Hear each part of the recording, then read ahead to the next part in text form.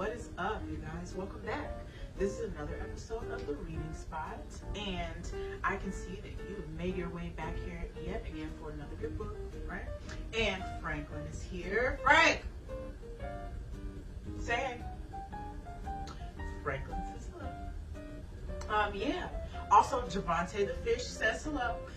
We named him because he has made it through 2 water changes, so we're going to give him a name. And so we named him Javante.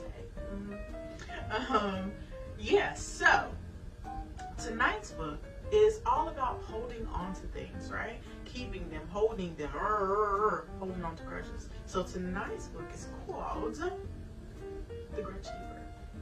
Yeah. And this book was written by Rockliff and illustrated by Eliza. Grudge Keeper. And this is the back. And it says, what do you do with your tiffs and huffs, your squabbles and quibbles, your low blows and pet peeves? What did you do for... Okay. Let's see if we have a dedication, which we do. And it says, for Doug, who doesn't. And it also says, to my Wheeler family, Nancy, Wayne, and Pat. All right. So let's get into it. No one in the town of Bonnie Ripple ever kept a grudge. No one, that is, except old Cornelius the Grudge Keeper. Ruffled feathers, petty snits, minor tiffs, and major huffs, insults, umbarge, squabbles, dust-ups, and embroiglos, the Grudge Keeper received them all, large and small, tucking each one carefully away in his ramshackle cottage. When Minnie Fletcher's gulped down Elvira Boggs' prize-winning Zaninas, Elvira marched right over to the Grudge Keeper to file a complaint. When mischievous Sylvester Quincy snagged the schoolmaster's toupee, the schoolmaster took terrible offense. Straight to Cornelius. When Big Otto stomped on Lily Bell's new shoes at the spring fling, she limped off to Cornelius and flung her accusations at his feet.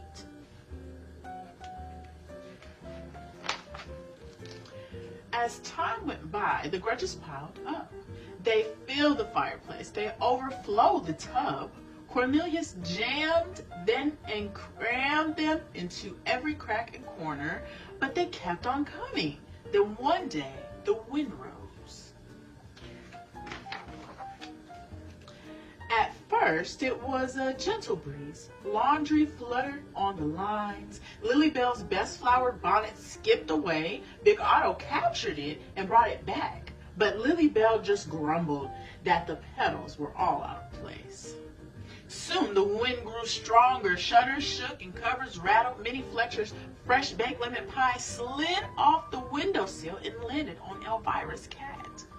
The wind ran riot through the schoolhouse, overturning ink pots and hurling chalk. The schoolmaster's toupee flew off his head and sailed outside, where Minnie Fletcher's goat gobbled it up.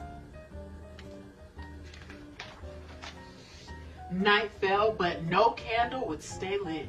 The people huddled with their grudges in the darkness, listening to the hissing, howling, creaking, crashing, moaning, groaning, whistling wind. At last, the wind sputtered, slowed, and stopped.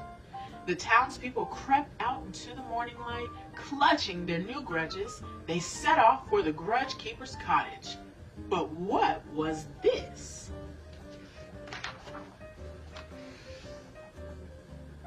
The wind had mixed and mingled, tossed and turned, tumbled and jumbled, and finally dumped and rumpled crumpled grudges in one whopping pile.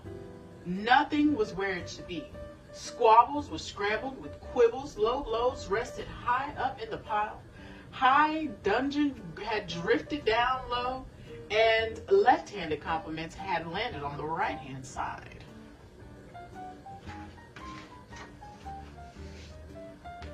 The townspeople crowded around the mountain of grudges, pushing, grabbing, shoving, shouting, "Give me that! Me first! And mine! In the hubbub, no one heard the feeble groan that squeezed out from the bottom of the pile. No one but Sylvester Quincy. "It's Cornelius!" he cried. "Cornelius!" The shouts and shoving stopped. Why hadn't anybody thought to wonder where the Grudge Keeper had gone? Sylvester Quincy dove in first. Slowly, the others followed suit. Grudges scattered like confetti as they worked to dig Cornelius out of the pile. Minnie Fletcher found a grudge labeled "Go to make pigs of themselves." Holding it out to Elvira, she said, "I'm sorry about your Zaninas." Elvira looked at her own worn-out grudge. "What do I need with that?" she said, and fed the grudge to Minnie Fletcher's go. The schoolmaster smoothed out a snit called "Sassy Spitball Spraying Schoolboys." He glanced at Sylvester Quincy, then, with a shrug, he rolled it up again and flung it far away. "I found a bone to pick," Big Otto said to Lily Bell. "I think it's yours." Lily Bell pushed and tossed the bone to the pet peas. Blushed and tossed the bone to the pet peas. Cornelius staggered to his feet and stared around. "The grudges!" he cried. "Where have they all gone?" Big Otto eyed Elvira Bogg. Minnie Fletcher sneaked a guilty look at Lily Bell. The schoolmaster shuffled his feet. Tiffs and huffs, squabbles and quibbles. All the grudges had been tossed away down the last small scrap of peak. Not a single grudge remained. Suddenly, with a yowl, Elvira's cat shot through the crowd. Elvira stumbled into Minnie Fletcher. Minnie crashed into Big Otto, and Big Otto toppled over right on top of Lily Bell. Cornelius stood ready to receive the grudges, but they didn't come.